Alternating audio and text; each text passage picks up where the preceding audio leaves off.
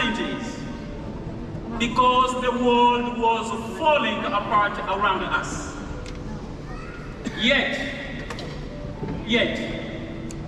for me and for many of us, Yuma's Lord has been a touchstone. As the world was shifting, Yuma's Lord became a space that kept hopes and dreams alive.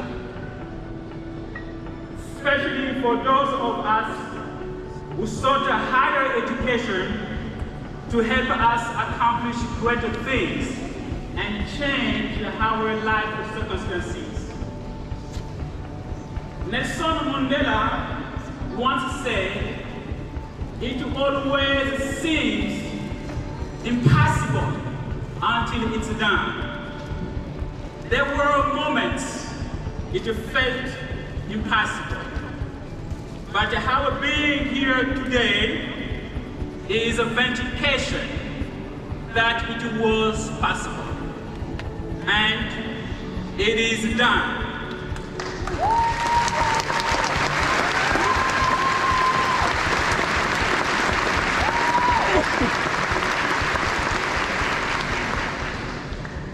Our time at UMass Lowell has prepared us to face the real world with creativity and drive. It invokes inspirations that shape our present and future conditions. As we leave this arena, let us reflect on our time at UMass Lowell as a piece of the history that now lives within each of us. What experiences will we carry with us? Which experiences will we learn from and avoid repeating? Which experiences will help us create an inward drive to inspire a new kind of life? No matter where our lives live, we all will share part of our personal journeys. The time we spent here at UMass Lowell. I am honored, proud, and privileged to share this with all of you. Congratulations, class of 2022. Thank you.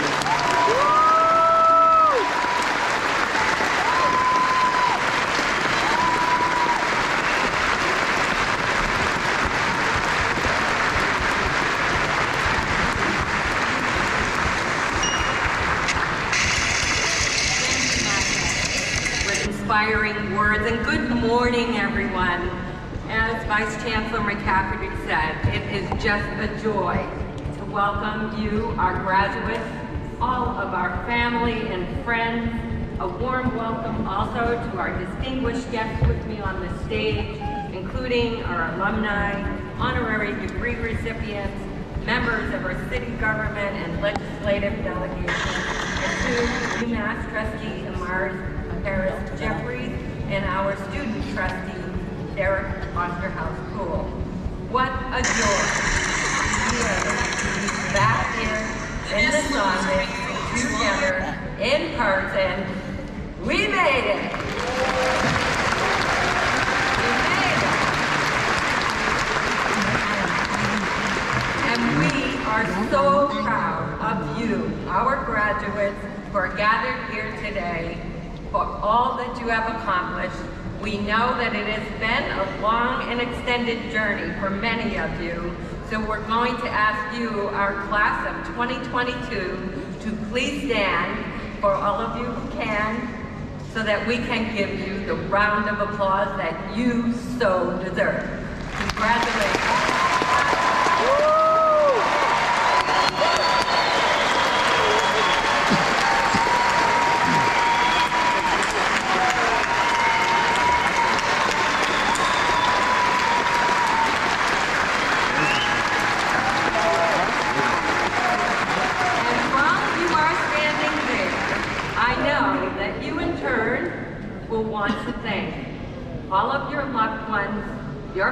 and friends who were there for you when you needed them most. Please join me in thanking all of the wonderful people in the audience who helped me get where you are today. Thank you. Please be seated. You know, as I listen to Masasha's words today, I'm inspired to hear how UMass Lowell changed his life. It is a story that captures certainly the deeply troubling challenges that are faced by so many people around the world. The ravages of war, climate change, divisiveness, and racial and gender injustices. A world that is still fighting back a global pandemic. Masash's story, though, also speaks to how education changed his life. And I believe that his story, that part of his story, most likely rings true for all of you as graduates as well. I know how much education, higher education, and a graduate degree changed my life. As future students, as future scientists, engineers, health specialists, educators, and business professionals, you now know how to work across boundaries and academic disciplines to find solutions to those real-world problems. Your course of work, your experiences have prepared you to be better thinkers, difference makers, and leaders. And you, more than any graduating class before you, have had your character and resolve tested by the pandemic in a way you probably could never have imagined. And despite all that was going on around you, you showed your fortitude, your resilience, and your determination to work even harder to make sure that you got everything you could out of the education afforded you here. And you experienced all of this while being a part of a community that is now grounded in an inclusive culture that reflects the rich diversity of our region, our country, and our world. Further preparing you to make this world a better place. I ask you to join me in thanking the very talented faculty, professional staff, and administrators who worked tirelessly through the pandemic and throughout your education to make sure that you were successful. Could all of our faculty, staff, and administrators please stand so we can thank you for everything that you have done to make these students be able to sit where they are.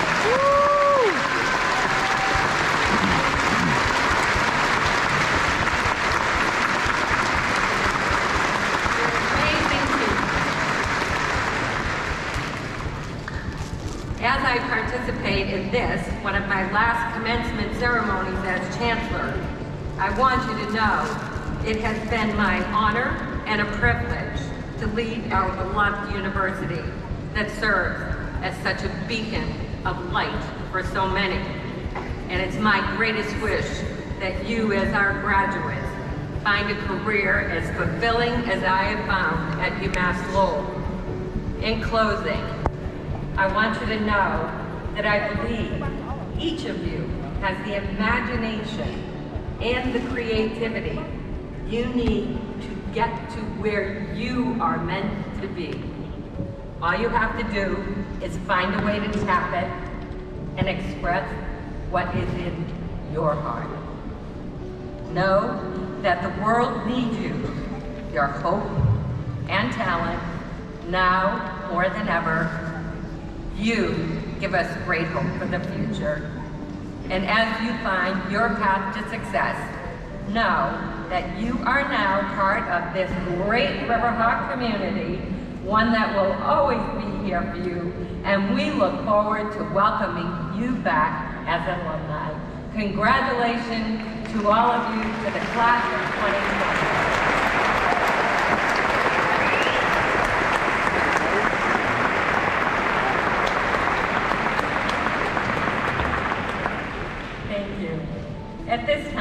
invite Trustee Amari Paris Jeffries from the UMass Board of Trustees to bring greetings on behalf of the board.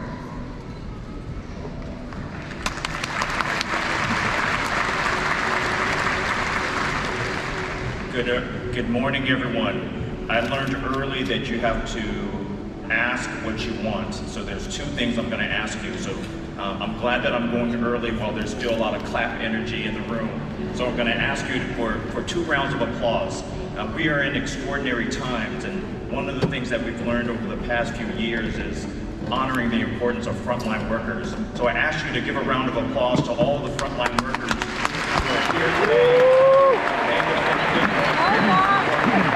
Everyone wearing a black shirt or a lanyard.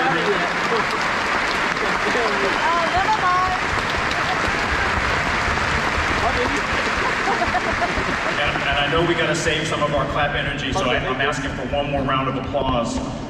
Can we give a round of applause? Not yet. I see you're ready. Can we give a round of applause for our distinguished Chancellor, Jackie Maloney?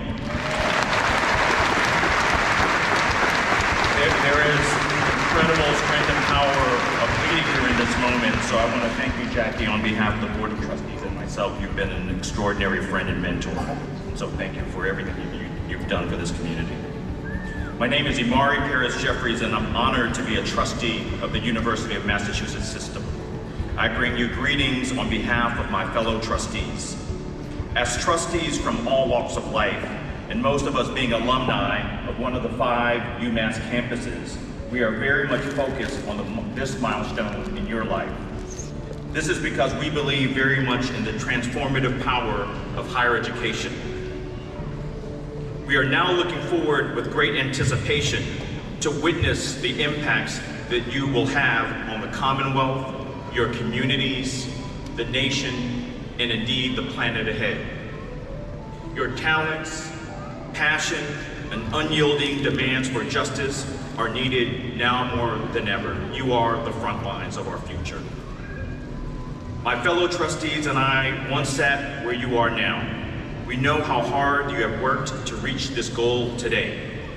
We also know that you have faced some unique challenges over the last few years. You have succeeded while working at jobs, meeting family responsibilities, performing community service, and you have succeeded while navigating a global pandemic. All of these experiences have prepared you to overcome your next challenge, achieving your next goal, and most importantly, help others achieve their goals and overcome their challenges.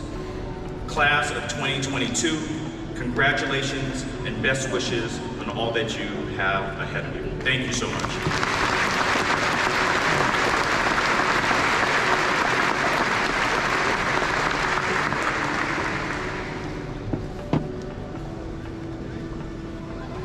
Thank you, Trustee Paris Jeffries.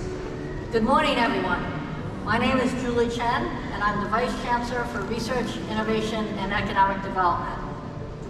At each commencement exercise, the university is pleased to recognize graduating students by presenting awards for distinguished achievement and service to the university. Tonight, at a special reception, we will formally honor those students who have achieved excellence in academics, athletics, and community and university service. Would the following honoree please stand to be recognized? Excellent. Anna Marie Ruzzi.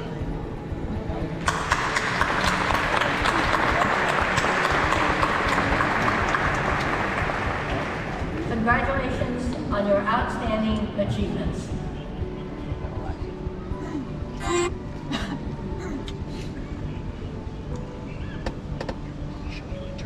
Good morning. My name is John Feudo. I'm the Vice Chancellor for University Advancement. Would those of you in the audience today who are alumni of UMass Lowell please stand to be recognized?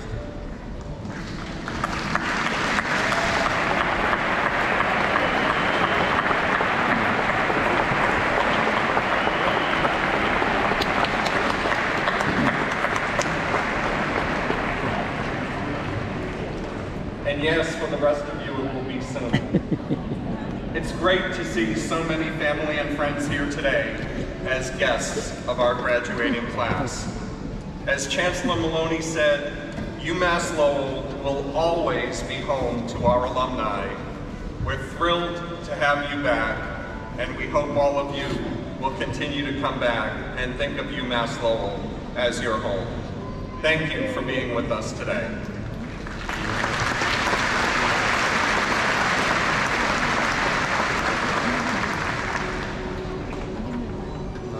Today, the university awards Doctor of Humane Letters degrees to two individuals whose achievements have advanced and elevated our communities and sought to enhance our world.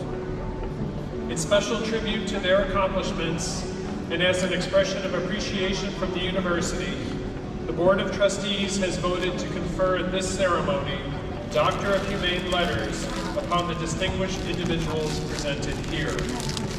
Dean Sandy Richtemeyer and Chancellor Jackie Maloney will present the Doctor of Humane Letters degrees.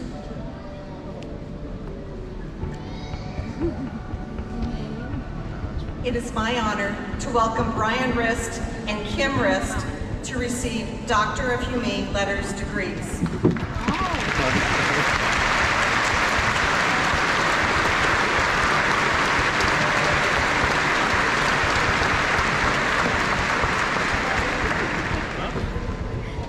This year, Brian Rist and his wife Kim made a $3 million gift to establish UMass Lowell's first ever named deanship at the Manning School of Business. The Rists have also provided major support to efforts such as the Difference Maker Institute, the Rist Institute for Sustainability and Energy, and the Rist Families Endowed Scholarship. Their $5 million commitment in 2019 helped the university surge past the original goal of its Our Legacy, Our Place fundraising campaign.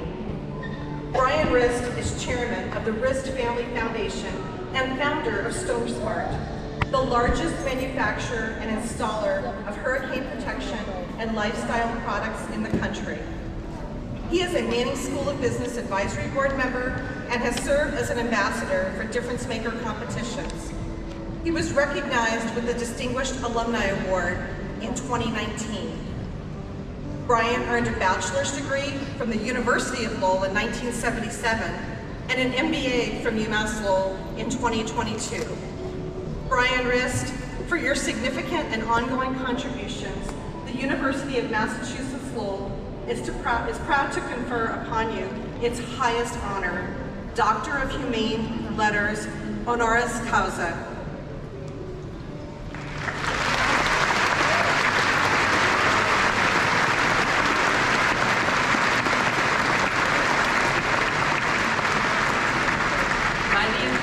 Vested in me by the Board of Trustees of the University of Massachusetts, I hereby confer upon you the degree of Doctor of Humane Letters honoris causa with all the rights and privileges thereunto pertaining.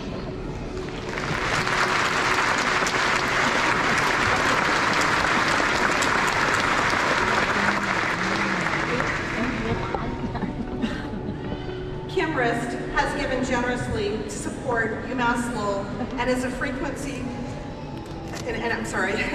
attendee of campus programs and regional alumni events. With her husband, Kim Rist is also known for community engagement and philanthropy in Southwest Florida. She is passionate about organizations that partner with the Rist Family Foundation, of course, which she is a co-founder, and those working with youth. She is involved with the funding of local elementary and middle school makerspaces, and she is part of the Believing in Girls Society at Florida's Pace Center for Girls, which invests in the future of young girls, helping create empowered women in the community. Kim Rist, for your significant,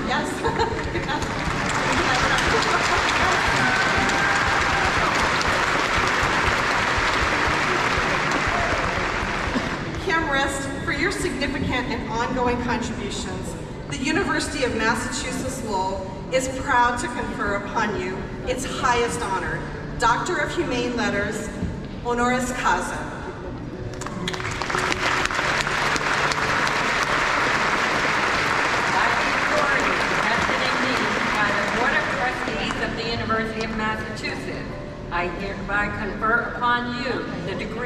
Doctor of Humane Letters, honoris causa, with all the rights and privileges thereunto pertaining. Congratulations.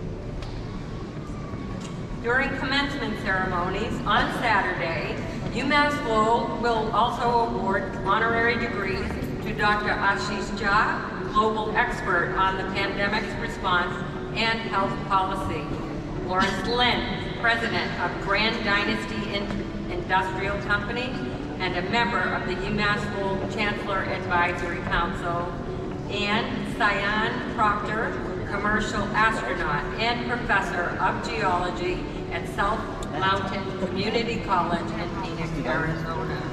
Each of these individuals have in various ways helped to support and elevate UMass Lowell while seeking to advance our communities around the world.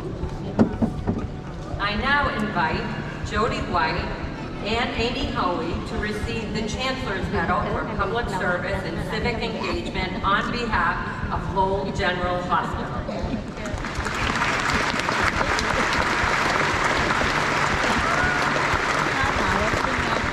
Lowell General Hospital has a history that stretches back 125 years.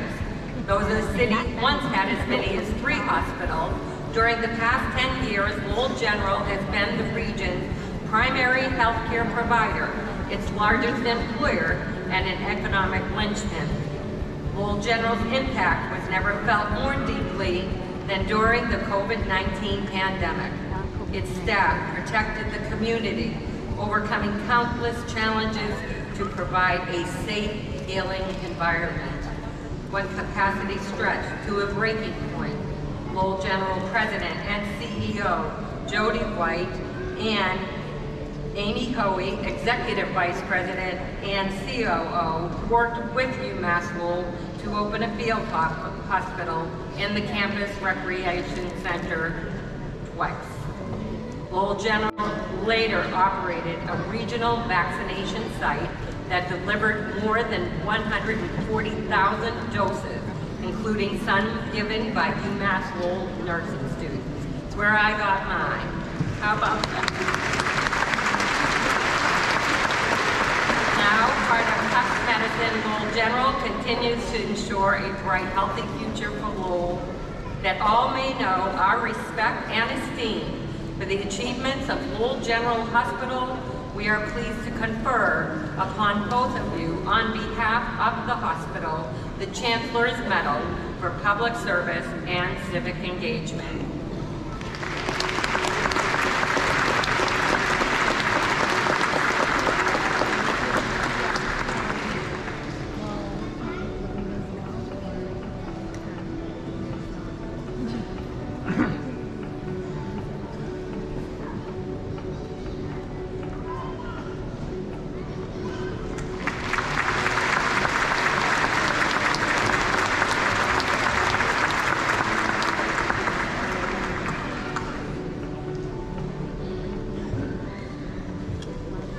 I now invite John and Linda Chemley to receive the Chancellor's Medal for Public Service and Civic Engagement.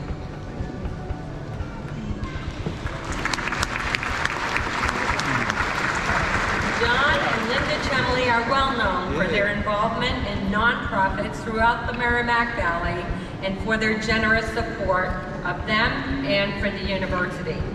John was president and co-founder of Trinity EMS and is now senior vice president of corporate strategies at TriStar EMS. He's chairman of the board at Jeanne d'Arc Credit Union.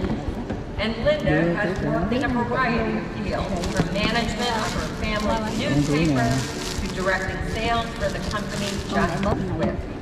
At UMass Lowell, John and Linda have served on the Commencement Post Committee, and in 2011, John was in the UMass Lowell Local Leaders Group. She is a member of our Chancellor's Leadership Society. They are also members of the True Blue Society. John is a graduate of the College of Holy Cross, and Linda has her degrees from Middlesex Community College and Northeastern University. That all may know our respect and esteem for your achievements, we are pleased to confer upon you, John and Linda Chemley, the Chancellor's Medal for Public Service and Civic Engagement.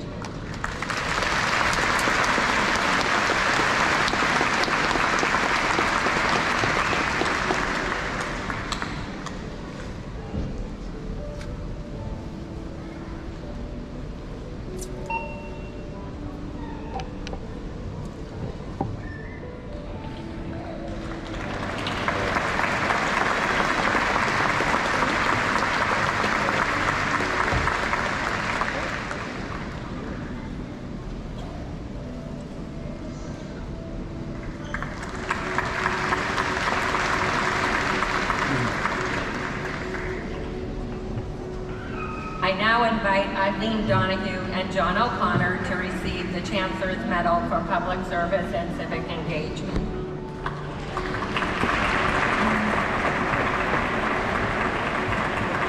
Eileen Donahue served as city manager of Lowell from 2018 until this year. She was the first woman to serve in the position, and she was a great partner to me in all things that help to improve the city and the university. John O'Connor, her husband, is first vice president of wealth management for UBS Financial Services and is involved in nonprofit organizations throughout Greater Lowell. Both of them have given selflessly to the betterment of the city. In her role, Donahue led the city through 2 years of the pandemic, working to ensure the availability of COVID-19 testing, vaccinations, and resources for city residents. She advanced key projects and addressed critical issues related to housing, infrastructure, and support of small business. Donahue previously represented the 1st Middlesex District in Massachusetts State Senate, where her legacy includes advocacy of public higher education. She is a former Lowell City Councilor and was mayor for 2 terms. She and John are both graduates of the University of Massachusetts Amherst, and she also has her Juris Doctorate from Suffolk University Law.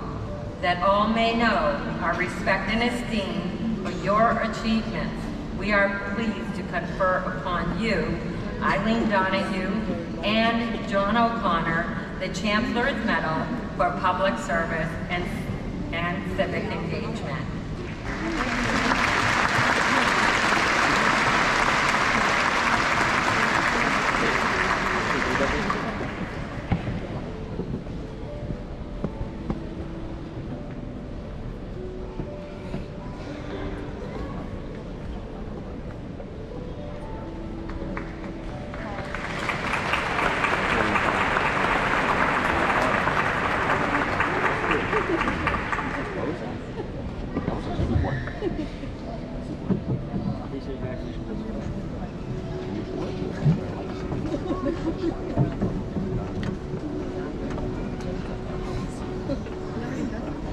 Christopher Nizrecki is a professor of mechanical engineering at UMass Lowell. He is co-director of the Structural Dynamics and Acoustic Systems Laboratory, and he leads the Center for Renewable Energy, which is part of the RIST Institute for Sustainability and Energy. He is also director of the National Science Foundation Industry University Cooperative Research Center for Wind Energy. Chris conducts research in renewable energy systems, wind turbine dynamics, monitoring and inspection, structural dynamic and acoustic systems, smart structures, signal processing, structural health monitoring, optical sensing, and smart materials. Did I miss anything? You miss anything? His goals include expanding the global use of renewable energy, developing technologies that can impact the 1.1 billion people in the world who do not have access to electricity, and advancing sensing technologies to measure and monitor structural systems. Chris obtained dual BS degrees in mechanical and electrical engineering from the University of Connecticut, an MS in mechanical engineering from Virginia Tech, and a PhD while working at the Center for Intelligent Material Systems and Structures. Among his many awards, he in 2020 was selected as the Distinguished University Professor at UMass Lowell. Please join me in welcoming this morning's commencement speaker, Distinguished University Professor Christopher Nisrecki.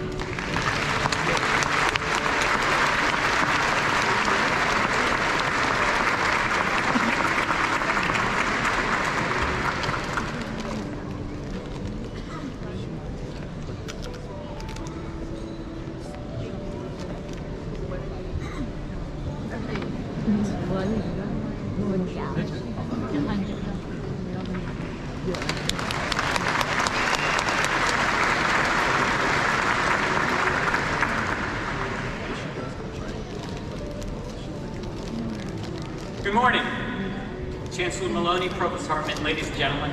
It's an honor and a privilege talking to you today. I asked my family what I should talk about, and my nephew, who's a recent college grad, he said that about half of the college students here are going to be hungover, so I should keep it pretty light. I can't speak for the college students, but I'm pretty sure behind me the faculty look a little bit questionable this morning. So I'd like to talk to you about something that I'm passionate about, and that touches everyone's lives, and that's energy. So before I do, I'll tell you a little bit about myself and about the university as well. So in 1990, when I was 22, I used to keep a journal, and I wrote in my journal, my goal is to do something great for mankind, or at least beneficial for the next generation. Not being an engineer for making submarines or helicopters and missiles. I want to work in solar or wind energies or something that will be environmentally beneficial. So here I am, living the dream.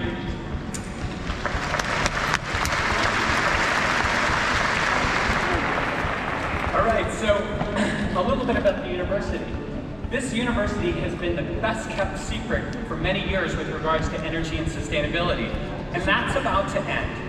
UMass Lowell is ranked #1 in sustainability in Massachusetts, and arguably the top university in New England with regards to energy research and education.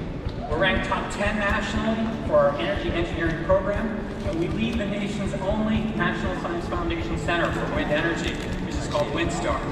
We're also ranked 22nd in the country for sustainability by the Sierra Club. A lot of good things are happening in UMass Lowell.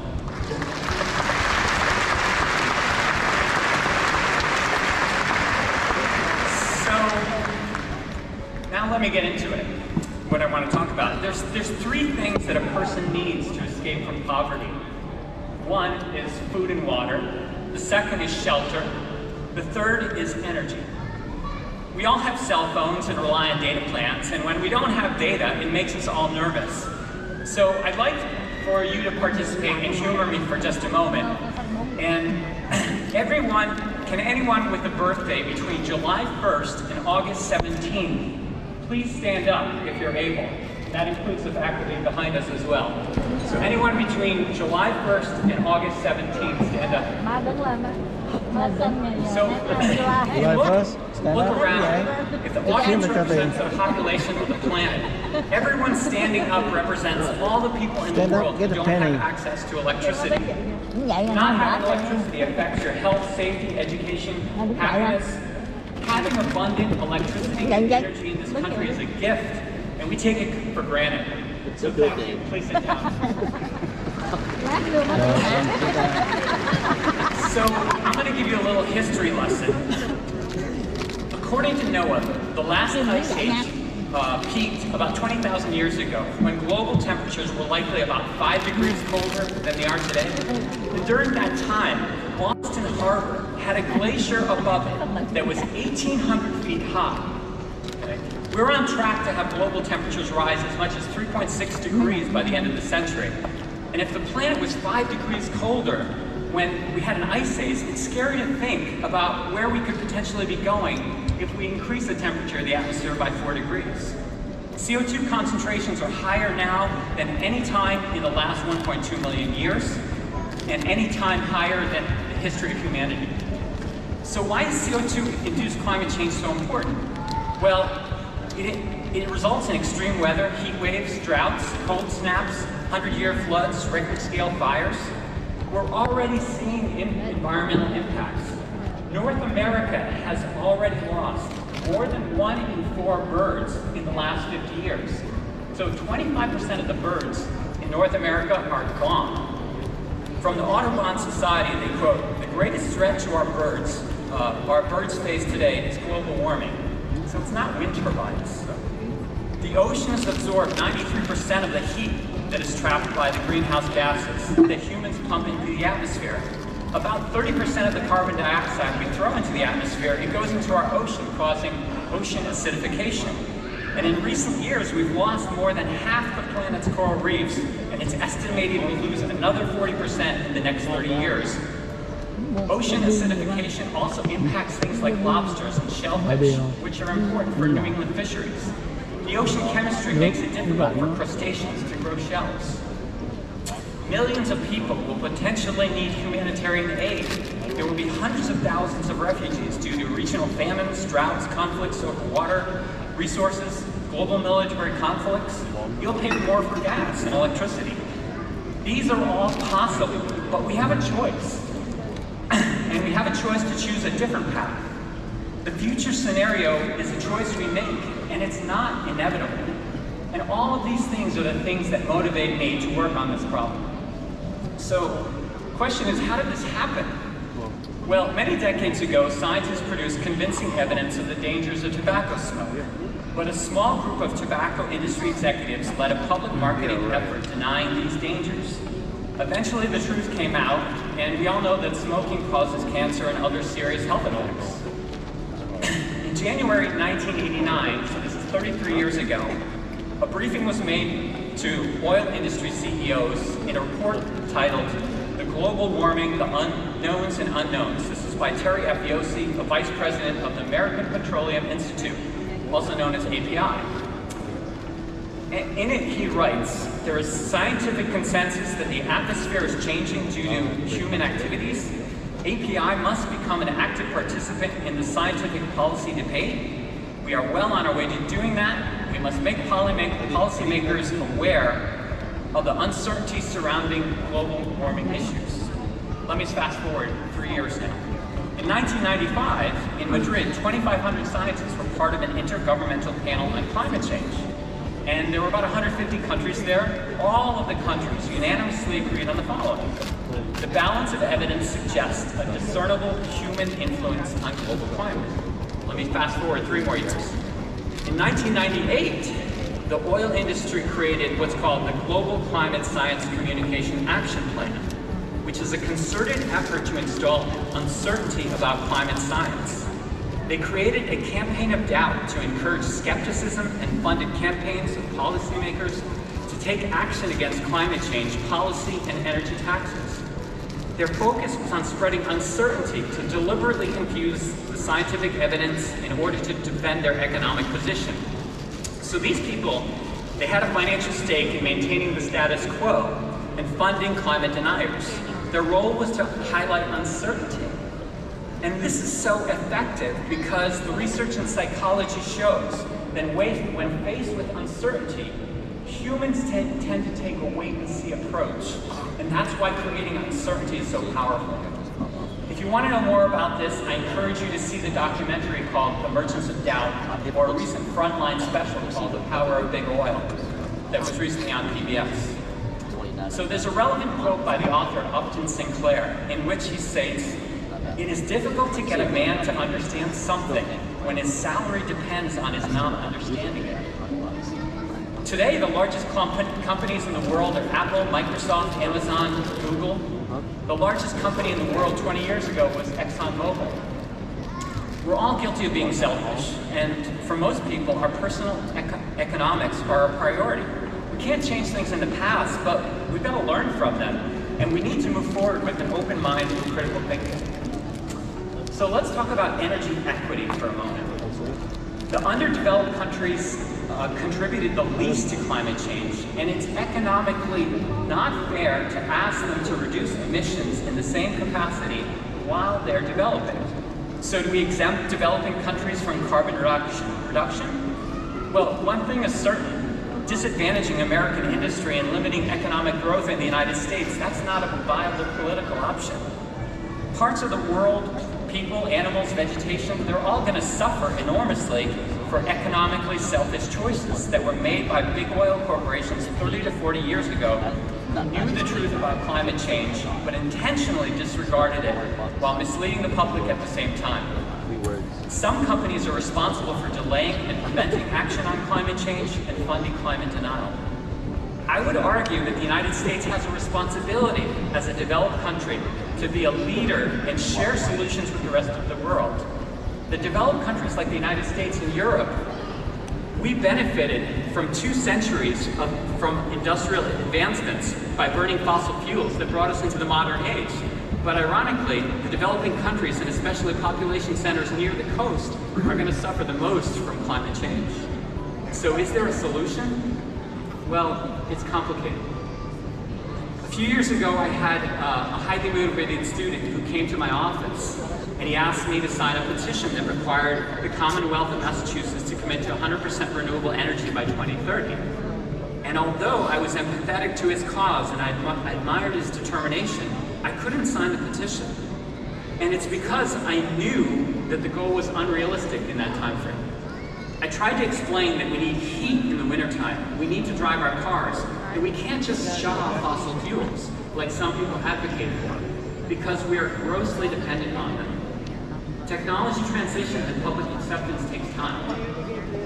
So why is wind and solar energy growing so quickly? Well, it's because of cost. In many places, renewable energy are the cheapest form of energy, beating out coal, oil, and natural gas financially. The economics are driving the decision-making in energy transition. However, a report from the National Academies of Sciences found that if the U.S. wants to reach net zero by 2050, it will need to roughly double the share of electricity from renewables by 2030. And at our current pace, it's unlikely we'll be successful because there's just so much red tape to getting permits and approvals for projects. Solar, wind, and especially transmission line. Bureaucracy and special interest groups are truly killing us. Even if we could ramp up solar and wind faster, we're not going to shut down existing fossil fuel infrastructure before its useful life unless there's a downward pressure on fossil fuel. So we need policy to intervene. So permitting of large-scale projects are continually being delayed because of unfounded lawsuits and also because of a term called NIMBY. That stands for not in my backyard. There's a saying that everyone wants to go to heaven, but no one wants to die. As an example, very recently, Maine voters shot down a power transmission project that would have brought 1,200 megawatts of renewable electricity from Canada to Massachusetts. The electricity would have helped address climate change and stabilize electricity prices throughout New England. So someone might be critical